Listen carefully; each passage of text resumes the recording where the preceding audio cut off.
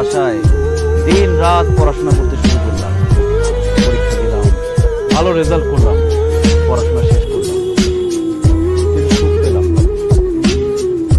বরং চাকরি নামের একটা দুশ্চিন্তা আমার জীবনে চলে আসলো। সবাই বলতে শুরু করলো, যদি ভালো চাকরি পাও তাহলে জীবনে সুখ পাবো। তাই চাকরির জন্য বিভিন্ন জায়গায় পাগলের মতো ঘুরতে থাকলাম, ইন্টারভিউ দিতে থাকলাম। অবশেষে আমার চাকরিটা হলো ঠিক, কিন্তু আমার জীবনে সুখ আসলো। অফিসে কাজের প্রেশার, বসের প্রেশার, প্রমোশনের প্রেশার, আমার জীবন থেকে সুখ আরো বেশি হারিয়ে গেল। এরপরে ভাবলাম, জীবনে যদি একটা বউ আসে তাহলে হয়তো জীবনে সুখ আসবে। বউ আমার পাশে বসে থাকবে, মিষ্টি মিষ্টি কথা বলবে, রান্না করে খাওয়াবে, আদর করে রাতে ঘুম পাড়িয়ে দিবে।